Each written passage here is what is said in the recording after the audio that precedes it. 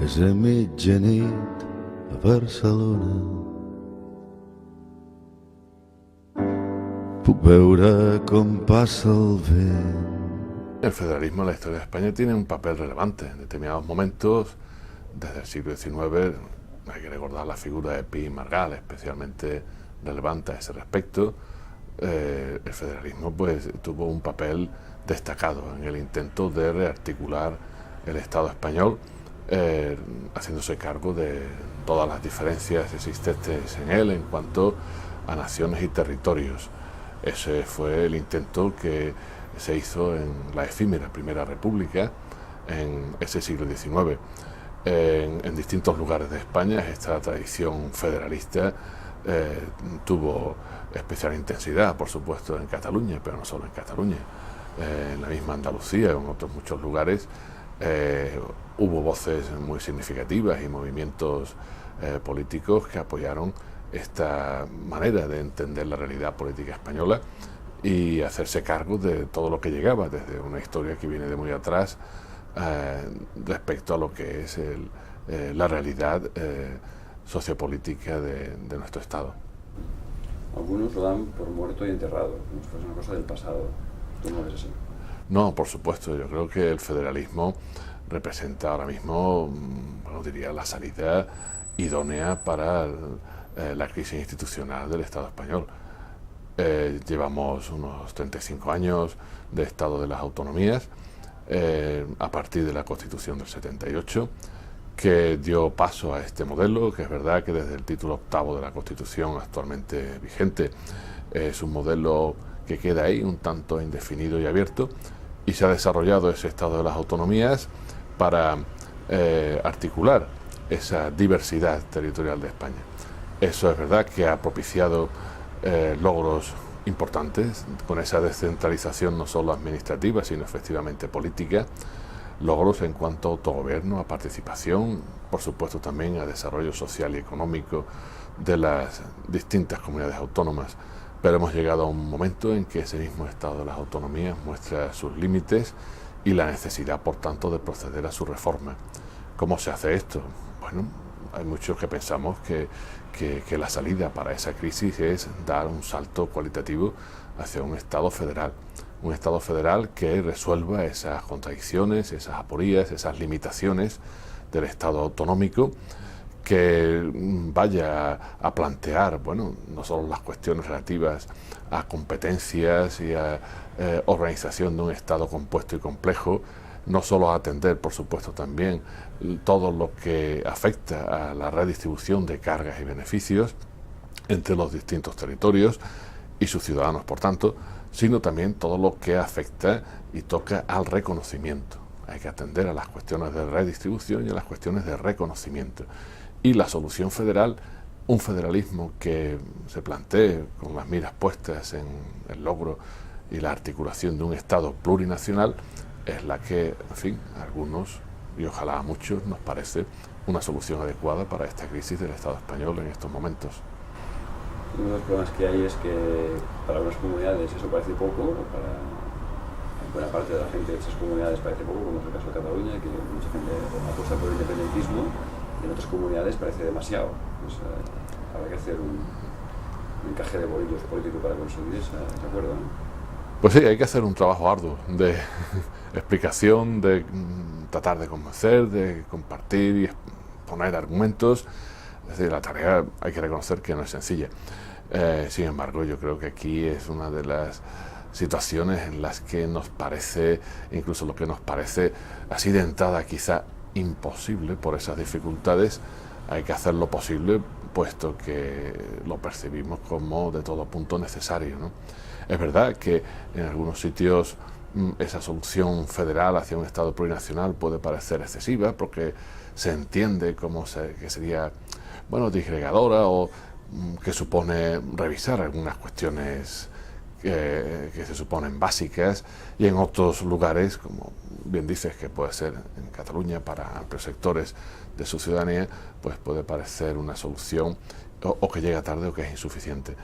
Yo creo que es una solución que se abre camino entre la polaridad que se está evidenciando entre planteamientos de tipo soberanista, independentista, a los que llegan ciertas fuerzas nacionalistas, como es el caso en Cataluña, y luego otros planteamientos de un nacionalismo que podemos llamar sin duda españolista y que ahora mismo pues también presenta, digamos, fuertes tentaciones o pretensiones incluso de una recentralización que vuelva atrás respecto al mismo estado de las autonomías.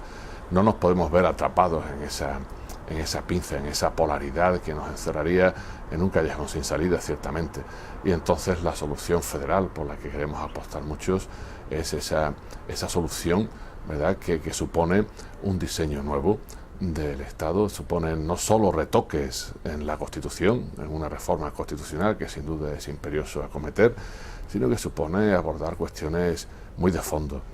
Y que afectan, como digo, a todo lo que tiene que ver de manera explícita con ese reconocimiento de las realidades nacionales, las naciones que existen en lo que viene siendo el Estado español. En el libro hablas de nación cívica. Sí, la nación cívica es una de las maneras en que se ha hablado de lo nacional, no la única. Diríase, insisto esto, en fin, parafraseando cierta expresión de Aristóteles, viene de muy atrás, que el mismo concepto nación, Aristóteles lo decía de él, se dice de muchas maneras, ¿no? Y claro, no nos podemos ver encerrados en un uso, digamos, unívoco del término nación, sino que hay que pluralizar ese uso del término nación porque las realidades nacionales son plurales y diversas, ¿no? Entonces hablamos de una nación cívica, es una expresión que se ha utilizado, ¿verdad?, para dentro de esa nación cívica dar cabida a identidades nacionales distintas. Bien, intento también por esa vía conceptual de abrir salida a un conflicto político que hay que solucionar. También se habla de nación de naciones. Bueno, yo creo que es mucho más claro hablar de Estado de naciones o Estado plurinacional.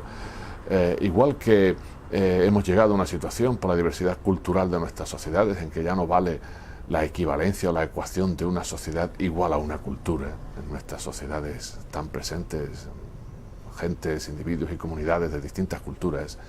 Hemos llegado a un momento también en que, bueno, no hay que empeñarse en mantener contra los hechos que hay un solapamiento estricto entre Estado y nación. En un Estado puede, y en nuestro caso pensamos que deben caber distintas naciones. Hay que entender, por tanto, que a cada Estado le corresponde una y solo una nación y que cada nación pues tiene que plasmar su identidad y su proyecto político en un solo Estado, ¿no? O en el Estado que se acomode totalmente a su perímetro, ¿no? Entonces, creo que el Estado tiene que replantearse también desde esa pluralidad nacional. Es una de las cuestiones que hay que resolver, ¿no? Igual que a la hora de acometer estos cambios, también hay que repensar la noción de soberanía. Incluso, bueno, corregir o reformar en este sentido incluso algunas fórmulas que están en nuestra Constitución. La soberanía no se puede entender ya a estas alturas como una soberanía monolítica, monológica, que corresponde a un sujeto único. La misma noción de soberanía en los hechos corresponde a realidades que están muy diversificadas, ¿no? Nos encontramos con una situación, si queremos llamarlo así, paradójica. Un Estado que pierde soberanía, que no solo cede en la Unión Europea, sino que en gran medida, pues en fin, se arrebata a manos de los mercados, por ejemplo, y que se muestra impotente para muchas cosas, pues luego parece que que se encastilla aquí en una soberanía, en fin, como si fuera exactamente eso, algo monolítico, algo, por otra parte, tabú, de lo que no se puede hablar, que no se puede cuestionar. No, la realidad va por delante de esos dogmas que a veces incluso se recogen en fórmulas que han ido a parar a las constituciones. También la soberanía hay que desmitificarla. No digo que sea irrelevante todo esto, pero hay que replantearla, hay que ir a un concepto laico, si queremos, de soberanía, secularizado, que no mantenga, bueno, pues todos esos ribetes cuasi teológicos que vienen de dónde procede el concepto de soberanía, ¿no? Y si flexibilizamos todo esto para el mismo debate ideológico, un concepto de nación que se pluraliza en naciones, un concepto de soberanía que se secularice y se entiende de manera laica, bueno, podemos sin duda abordar otros problemas políticos y por supuesto también necesariamente jurídicos a la hora de hacer una reforma en profundidad de la Constitución. Si no hacemos esto, bueno, pues yo creo que nos veremos en una situación tal en que el Estado español, tal como lo hemos conocido, bueno, pues no tiene garantizada una supervivencia indefinida.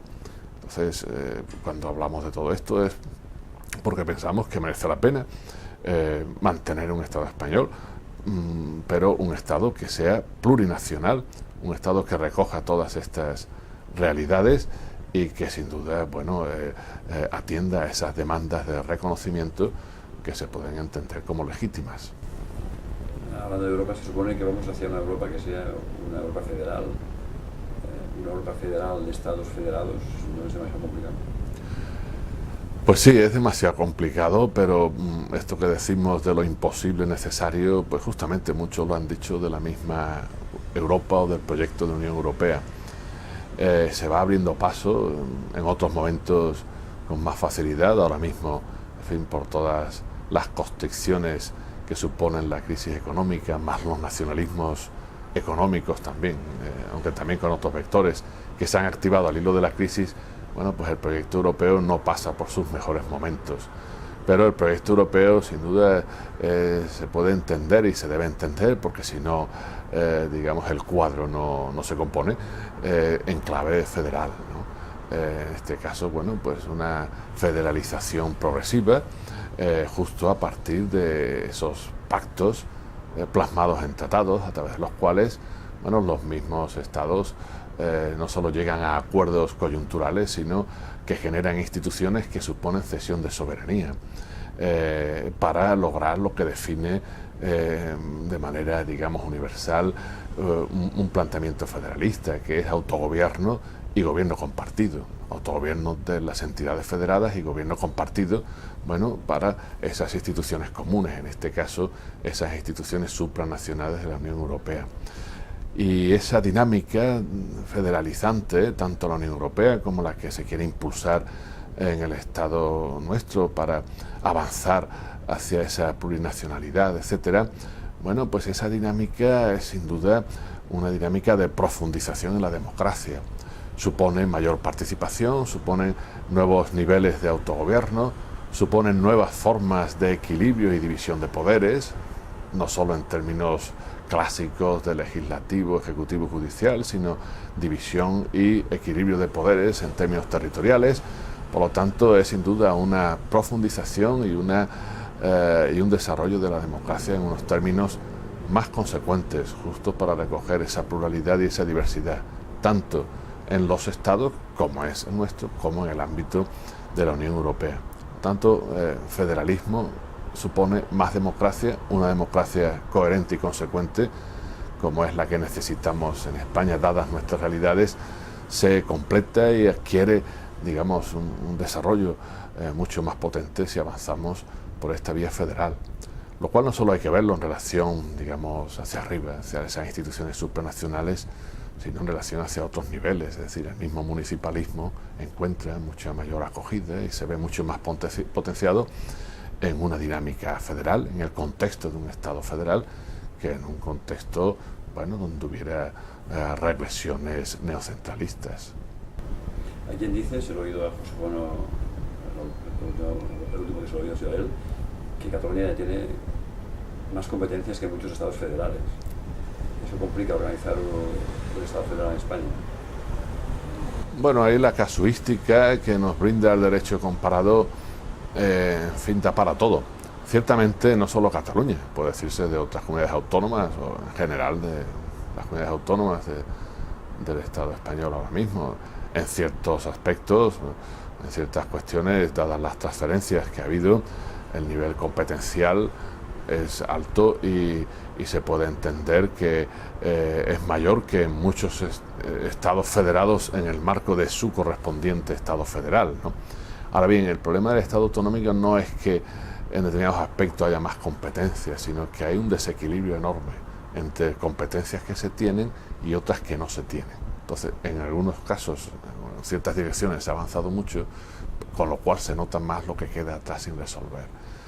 Debido, por ejemplo, a las competencias que se han transferido, bueno, las comunidades autónomas tienen una gran capacidad de actuación para desempeñar esas competencias y todos lo estamos viendo en sanidad, en educación, bueno, en dinámicas económicas, etcétera.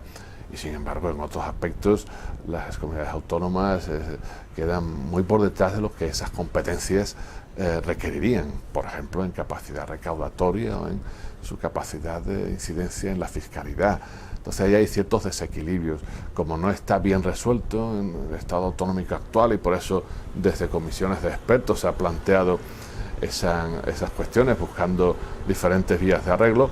Bueno, esa distribución de competencias entre las comunidades y el Estado, ¿no? O cómo se resuelve el Senado como Cámara Territorial, o cómo se avanza hacia la federalización del Poder Judicial. En fin, hay toda una serie de cosas que no están resueltas por la misma indefinición del modelo autonómico que ha ido desarrollándose a partir de la Constitución del 78, que ha tenido muchos frutos positivos, ha sido muy fructífero, pero que hemos llegado a un punto donde es necesario ese salto cualitativo. Yo me atrevería a hablar sobre la necesidad de un proceso constituyente. Digamos, estamos en una situación, y desde Cataluña se puede percibir bien, en que ciertos retoques, como a veces se dice, ciertos ajustes, diríase, de ingeniería constitucional respecto al Senado o al sistema de financiación, estarán bien, sin duda, pero no son suficientes para la situación en que estamos. Estamos en una situación donde, en el fondo, lo que hay es un problema de legitimidad, es decir, de justificación y aceptación del Estado como marco institucional en el que queremos articular y desarrollar la convivencia colectiva en el conjunto de España. Y eso, desde el momento en que se llega al punto en que puede verse fuertemente cuestionado, como es en Cataluña por amplios sectores de su ciudadanía, bueno, requiere proceder a una legitimación más explícita por vía democrática. Eso es lo que se plantea bajo esas fórmulas que a veces quedan suficientemente, no suficientemente clarificadas, ¿no? Como cuando se habla del derecho a decidir, etcétera. Bueno, se trata de cómo avanzar en esa, no solo en el diseño institucional, sino en los medios para que lo que se haga sea aceptado, ¿no? Digamos, asumido por la ciudadanía en su conjunto como el marco de convivencia en el que se quiere estar.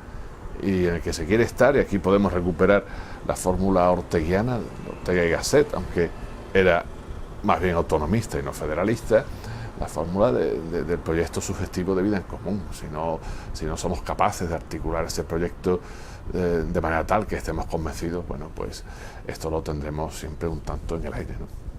Pero retocar la Constitución para crear un modelo que permita ese encaje, eso lleva su tiempo, y la presión soberanista independentista en Cataluña parece exigir ir más deprisa, ¿no? Sí, no nos podemos llamar a engaño en ese sentido, y ahí llevamos razón todos los que reconocemos que este mismo planteamiento federalista tenía que haberse explicitado antes, haberse difundido mejor, haberse madurado colectivamente y haberse desarrollado, por lo menos en el marco de formaciones políticas con vocación federalista, como es el Partido Socialista Obrero Español, como es, por supuesto, el Partido de los Socialistas de Cataluña. Bien, hay determinadas cosas que ahora podemos reconocer como deficitarias en los modos de actuación que se han tenido, ¿no?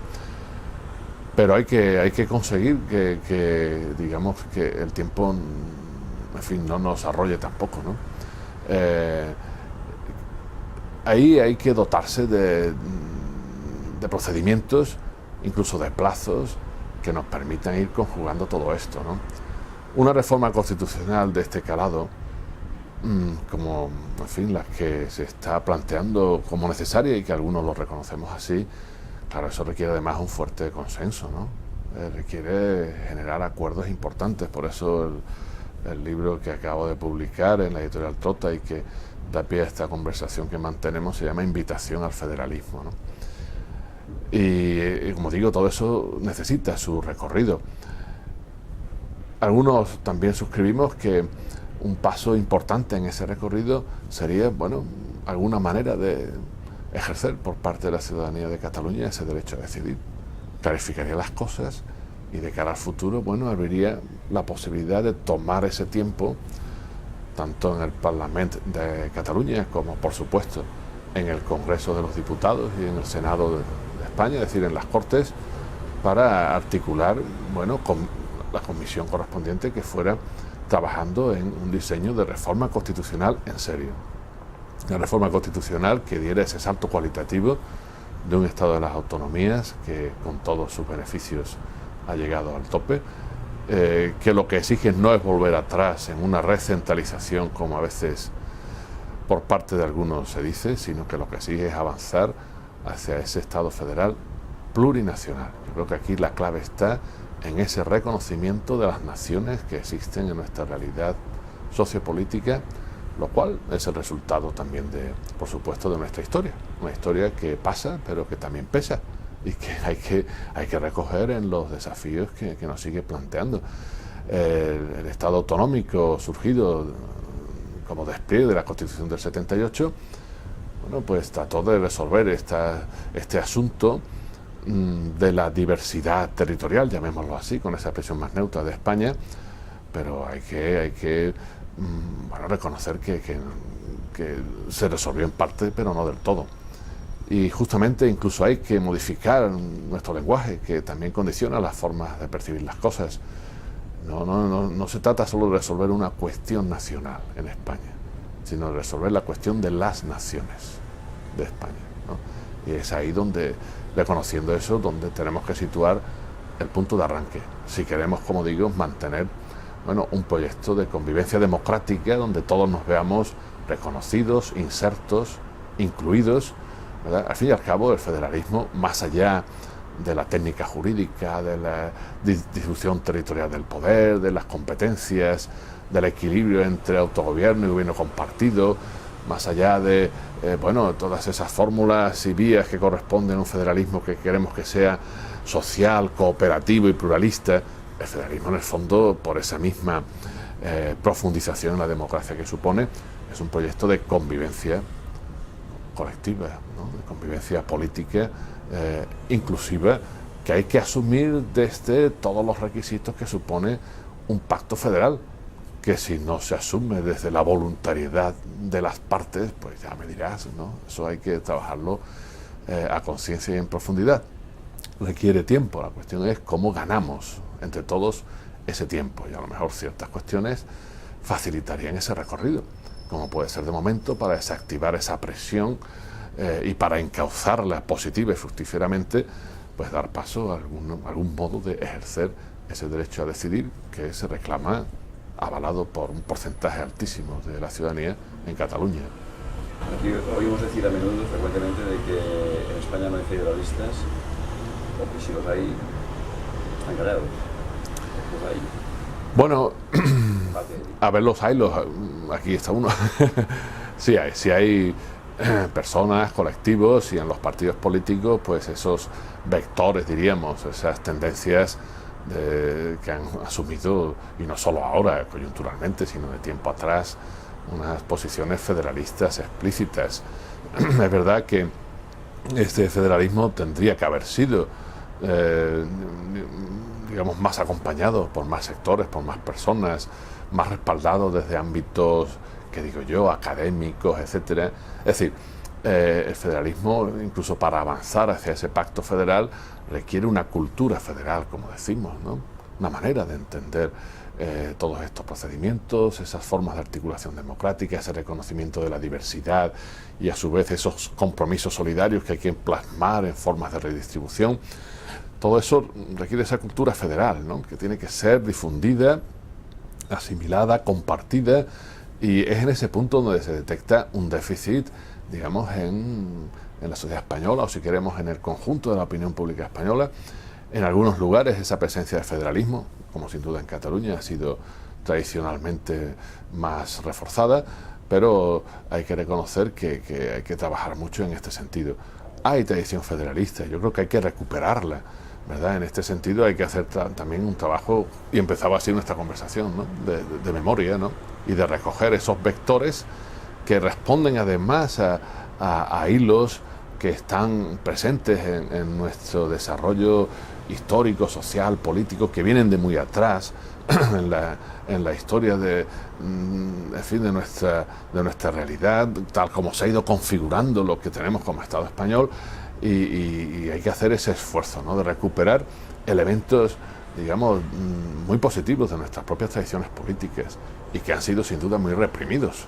Es decir, claro, la Primera República, con el intento noble, profundamente democrático que tuvo en su momento, en el siglo XIX, ¿verdad? Cuando se trata de abrirse paso en 1873, y con la figura tan descollante de Pi y Margall, bueno, pues eso se vio abortado de momento, una existencia efímera, pero no por eso deja de representar un vector muy fructífero, y en aquel momento no cuajó de articulación política del Estado español.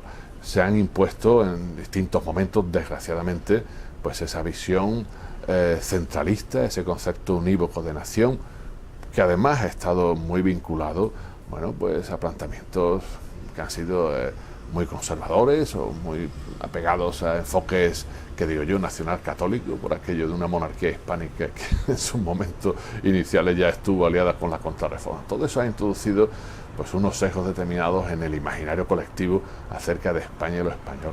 Pero eso ha sido en determinados momentos lo que se ha impuesto por la fuerza de los hechos. Junto a eso está esa otra visión alternativa, bueno, pues que recoge la pluralidad, que recoge la diversidad, que recoge el intento de construir la unidad desde la pluralidad, y no desde la imposición monolítica y monológica, ¿no?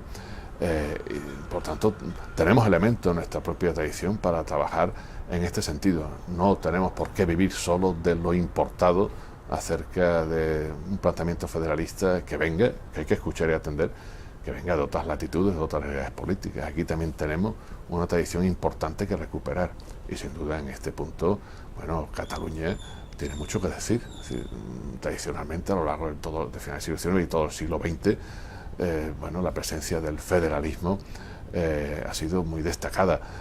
En la Segunda República, también en su fase constituyente, el debate en torno al federalismo, bueno, tanto en Cataluña como en las Cortes Españolas, en el Congreso de los Diputados, pues fue un debate, bueno, muy intenso, ¿no?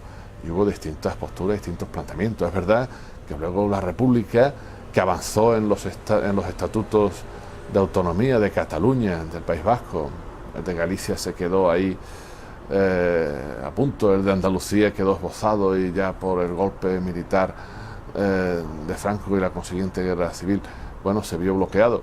Bueno, pero la República avanzó en ese sentido. Bien es cierto que al final se dotó de la fórmula de un Estado integral, no de un Estado federal exactamente, ¿no? Bueno, eran avances importantes, y hay que retomar eso, ¿no? Y ahora mismo pues dar un salto cualitativo. ¿Por qué es necesario y posible el salto cualitativo? Bueno, porque la conciencia democrática en nuestra sociedad es mucho mayor que en momentos anteriores, y porque la madurez de la sociedad civil es distinta, y porque el contexto en el que nos movemos, tanto europeo como internacional, es otro, y porque la realidad del Estado nacional en este contexto de globalización también es otra. Es decir, todo ello son factores, vectores, realidades que hacen posible, por una parte, ese replantear el Estado hacia un Estado federal plurinacional, y lo hacen no solo posible, sino necesario en estos momentos. Y una última cosa, contra el federalismo juega que suena como muy profesoral, muy técnico, nada visceral, nada que llegue al estómago de la gente, ¿no? Por no tiene ni banderas, aquí tenemos todo el país lleno de banderas con pasteladas, ¿no? Pero el federalismo no tiene símbolos, ¿no? Es menos sentimental. Bueno, eso tiene que ver también con esa, digamos, situación en la que se ha visto la tradición federalista durante décadas, y si se quiere, en fin, durante siglos, ¿no? Yo creo que se puede recuperar todo eso también. Sin duda, en el plano político, no se puede resolver todo buenas ideas y argumentos potentes a su favor. También hay que ganar, si se quiere decir así, los corazones y no solo las mentes. Hace falta símbolos y no solo conceptos. Por lo tanto, esa cuestión que planteas es muy pertinente, ¿no? Ahora, yo creo que en este punto, frente a ciertos ardores, digamos, nacionalistas, que, en fin, vuelcan en ellos mucha emotividad, en este caso el federalismo lo que tiene que hacer, digamos, es dotar de pasión a sus razones. Diría eso con una fórmula incluso algo espinosista, del filósofo Spinoza: dotar de pasión a sus razones. El federalismo tiene buenas razones, y buenas razones para apasionarse no solo individual, sino colectivamente con ellas, ¿no? Y yo creo que en la medida en que eso se consiga, el federalismo irá encontrando también sus modos de expresión en todos los ámbitos, ¿no? Creo que ahí lo fundamental es la voluntad que se articule de querer vivir juntos. Pero claro, eso tiene que percibirse como algo que merece la pena, como algo que no solo se produce por vía de hecho, sino que se justifica con buenas razones y que ofrece, bueno, un proyecto de futuro, digamos, un horizonte de vida en común. Y sin duda, pues eso es lo que tiene que ofrecer fundamentalmente un planteamiento federalista. Y en la medida en que lo ofrezca, y sin duda vinculado también a la realidad que estamos viviendo, es decir, un planteamiento federalista actual, entre otras cosas, tiene que hacer ver que ese federalismo, que es profundización en la democracia, está muy vinculado no solo al Estado democrático de derecho, sino al Estado social y democrático de derecho. Es decir, un planteamiento federalista con lo que supone de descentralización, de reconocimiento de las diferencias, de voluntad colectiva, de pacto, pues corre a favor, ¿no?, de un estado de bienestar, un estado social, bueno, que atiende a derechos sociales y económicos, además de a derechos civiles y políticos, ¿no?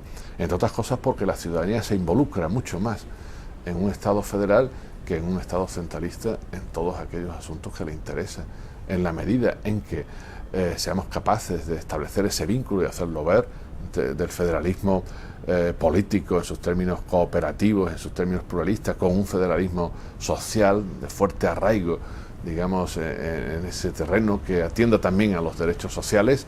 Ese federalismo, sin duda, yo creo que puede ser muy atractivo para la ciudadanía como la vía más idónea para transitar colectivamente.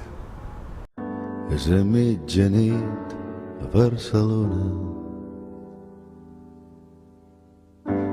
puc veure com passa el vent.